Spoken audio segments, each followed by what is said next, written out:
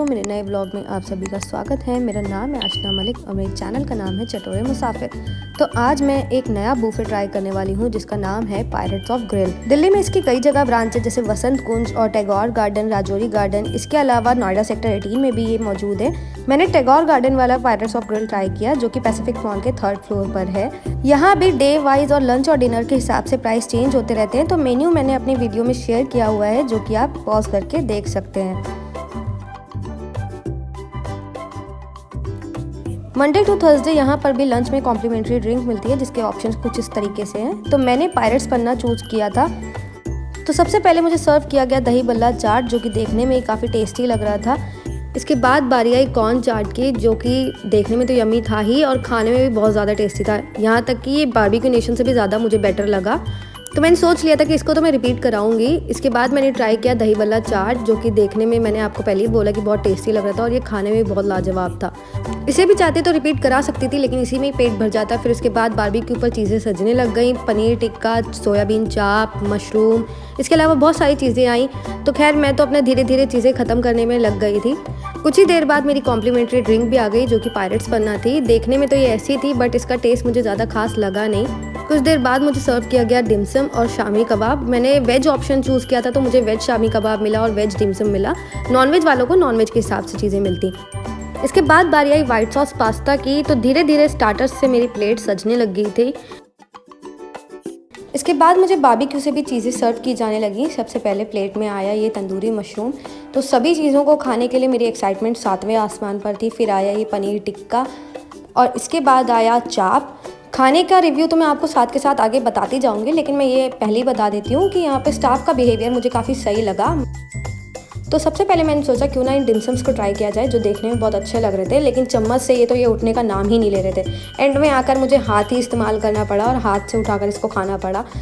लेकिन इनका टेस्ट मुझे बहुत ज़बरदस्त लगा। इसमें वेजीज एकदम कूट कूट कर भरे हुए थे, साथ ही इसकी सॉस भी एक नंबर की थी। अच्छा, जो लोग नॉनवेज चूज़ करते हैं उनके लिए चिकन डिमसम्स सर्व किए जाते हैं।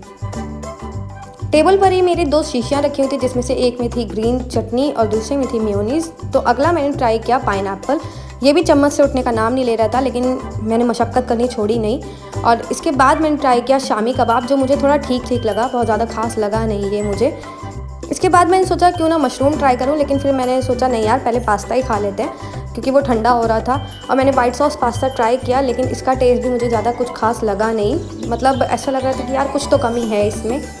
वाइट सॉस पास्ता के अलावा मुझे रेड सॉस पास्ता भी सर्व किया गया था, और इसका टेस्ट बताऊं तो ये मुझे काफ़ी बेहतर लगा। मतलब वाइट सॉस के मुकाबले तो बहुत ज़्यादा अच्छा था ये।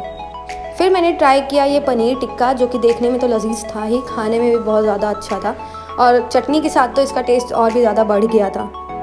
फिर बारी आई ये तंदूरी मशरूम की, जो कि उठने का नाम नहीं ले रहे थे, लेकिन हाँ ये भी टेस्ट में बहुत ज़्यादा अच्छे थे।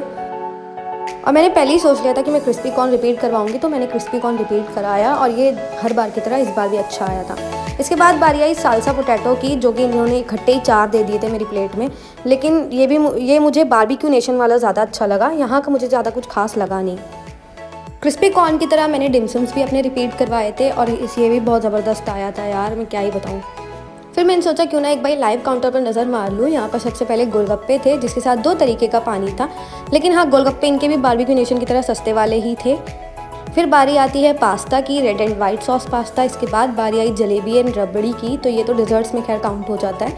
इसके साथ में डिज़र्ट काउंटर भी था। सबसे पहले था ये गुलाब जामुन, अंगूरी गुलाब जामुन थे ये, जो कि गरम गरम रखे हुए थे वहाँ पर। इसके बाद ये मूंग दाल का हलवा, चॉकलेट ब्राउनी, जिसके साथ चॉकलेट सिरप भी रखी हुई थी। मेन कोर्स की शुरुआत होती है अमृतसरी छोले से, जो कि देखने में ऐसे लग रहे थे, मतलब देखने में काफ़ी टेस्टी लग रहे थे। इसके बाद थी पनीर मसाला। इसके बाद था कड़ी पकौड़ा, और यहाँ पर दाल के भी 2 ऑप्शन थे, एक थी दाल मखनी और दूसरी थी दाल तड़का। बारबेक्यू नेशन के मुकाबले मुझे मेन कोर्स में यहाँ पर ऑप्शन ज़्यादा नज़र आए। यहाँ पर सरसों का साग भी रखा हुआ था, साथ में गुड़ और अचार भी रखा हुआ था। हैदराबादी वेज दम बिरयानी थी, जो कि देखने में खिली खिली लग रही थी। इसके साथ में सैलेड का काउंटर था, जिसमें सबसे पहले शुरुआत हुई पापड़ से, इसके बाद मैक्रोनी, फिर कॉर्न चाट, इसके बाद स्प्राउट्स, साथ में यहाँ पर किमची भी थी, रायता था, सिरके वाले प्याज थे। इसके अलावा गाजर, मिर्ची और नींबू भी कटे हुए रखे हुए थे। यहाँ 2 तरीके के सूप थे, जिसमें एक वेज था और एक नॉन वेज था, जिनकी शक्ल कुछ ऐसी नज़र आ रही थी।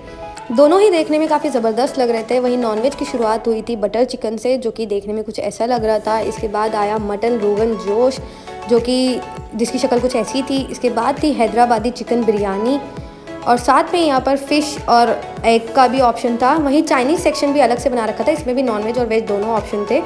इसका फ्राइड राइस देखने में ही काफ़ी ज़्यादा टेस्टी लग रहा था। साथ में यहाँ पर चिली गार्लिक सॉस भी रखी हुई थी। यहाँ पे प्लेन राइस भी मौजूद था, वेज गार्लिक नूडल भी था, साथ ही यहाँ पर वेज थाई करी भी रखी हुई थी। इनका डिज़र्ट काउंटर ऐसा था कि किसी को भी देखकर मुंह में पानी आ जाए। इसकी शुरुआत होती है कस्टर्ड से, रोज़ फिरनी थी, यहाँ पर फ्रूट्स कटे हुए रखे हुए थे जिसमें पपाया और वाटरमेलन था, कई तरीके की पेस्ट्रीज थी, कप केक और फ्रूट क्रीम भी रखी हुई थी, जो कि देखने में टेस्टी लग रही थी। तो स्टार्टर से ही मेरा पेट काफ़ी हद तक भर चुका था, तो इसलिए मैंने केवल टेस्ट के हिसाब से अपने प्लेट में चीज़ें ली। मेन कोर्स में मैंने कुछ चीज़ें ही ली। सबसे पहले मैंने किमची सैलेड ट्राई करने की कोशिश करी, लेकिन ये भी उठने का नाम ही नहीं ले रहा था यार। फिर मैंने हार मान के कुछ और ट्राई किया।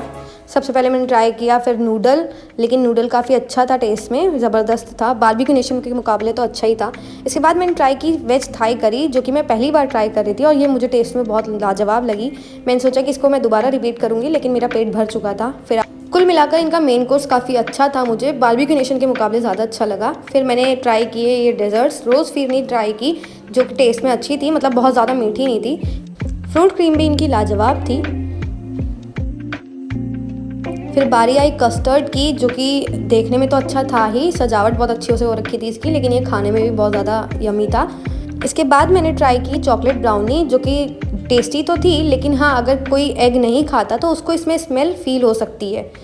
फिर एक एक कर मैंने इनकी दोनों पेस्ट्रीज ट्राई करी, जो कि मुझे टेस्ट में बहुत लाजवाब लगी। इसके अलावा इनकी जलेबी और अंगूरी गुलाब जामुन भी काफ़ी अच्छे थे। आइसक्रीम में इनके पास 4 ऑप्शन थे, जिसमें स्ट्रॉबेरी, वनीला, बटरस्कॉच और चॉकलेट थी, लेकिन मैंने 2 फ्लेवर ट्राई किया।